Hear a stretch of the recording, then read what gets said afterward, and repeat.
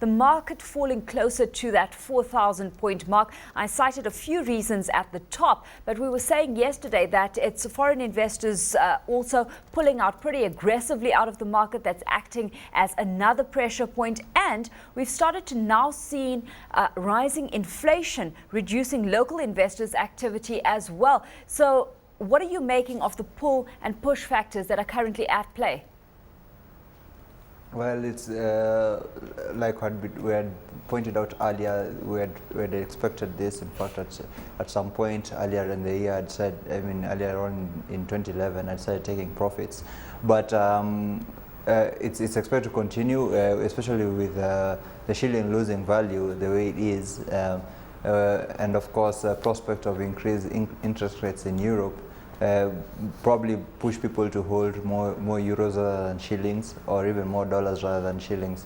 So we've got that dynamic. We've got the cost of fuel going up, and with the weakening shilling again, it has a multiplying factor on costs of production in Kenya.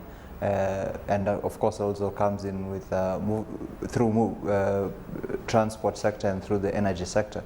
So those two factors are weighing heavily on the Kenyan market. And there's also like you mentioned, the factor of drought. We've already seen it hit the Kenyan shilling. The agricultural sectors. And then you've got one of our key markets, Egypt, going through what it's going through. So there's a lot of uncertainty in the demand side of the agricultural sector as well. So all that is playing out, and it's driving the market lower. Of course, when it comes to those cost factors, a player that it has come to bear on is a player like Bamburi. Yesterday, big surprise, the National Social Security Fund offloading its 14% stake in the company. What have you made of that move, and where are you looking to see this fund redirecting some of that capital?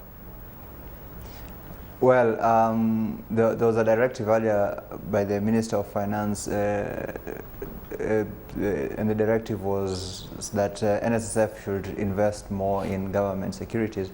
So most of that money was more likely going to go to buying government bonds. For Bamburi, I think the loss of market share is expected. Thinning margins as well because of higher energy costs, perhaps, and of course a weaker shilling might make cement coming in more expensive. But I don't think it will be by a factor large enough that will help protect Bamburi's markets. So long run, unless something drastic changes at Bamburi.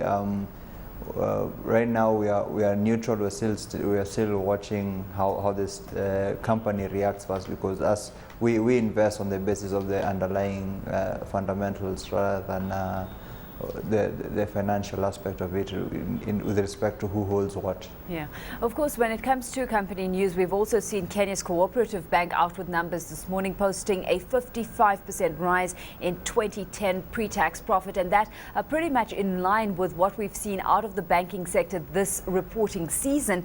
Looking at a figure that's standing out, lending grew 39% to 86.6 billion shillings. What are you making of the lending capacity within the Kenyan market and the health of the Kenyan consumer right now?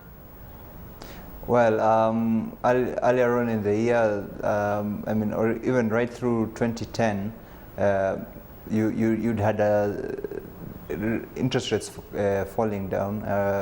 Probably the appropriate word is crashing, but their lending rates were sticky downwards, whilst the cost of their funds were falling in line with the other interest rates.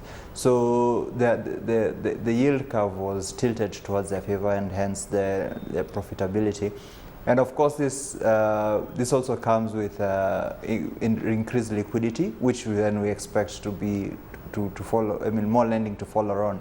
So the only surprise is that for me, I had expected profit growth in the range of 60-70%, which would have justified the huge PEs. But 50%, I think that for me falls below expectation. But everything else for me, as they reported, was expected.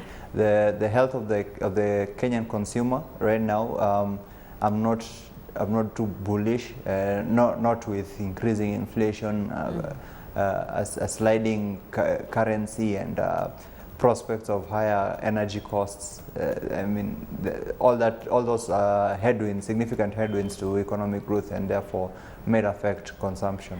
Johnson, what's your outlook on that interest rate scenario moving forward with inflation, as you say, and that pressure coming to bear on the markets, growth ramping up nicely, and question is, if the central bank does increase interest rates to control or tame inflation moving forward, do you see banks' lending rates being just as sticky to the upside as they've been on the downside? Perhaps that's one of the reasons why their lending rates were sticky downwards. You expect that the banks to, I think they probably anticipated this. But the other dynamic that you expect is a bit, if interest rates start moving up, especially for on the lending side, then you expect a bit more bankruptcies. But I don't think the central bank will have much choice. Like all its peers around the world, saying, especially in the developing world, most of them, or there's a lot of pressure to raise interest rates, if not just to contain inflation, but also to allow for the currency to strengthen as well, to help also mitigate rising costs of energy. So for me, I think the trend for interest rates, and actually it has been for a couple of weeks, has been upwards. So I expect that trend to continue, only perhaps maybe now it might be more accelerated.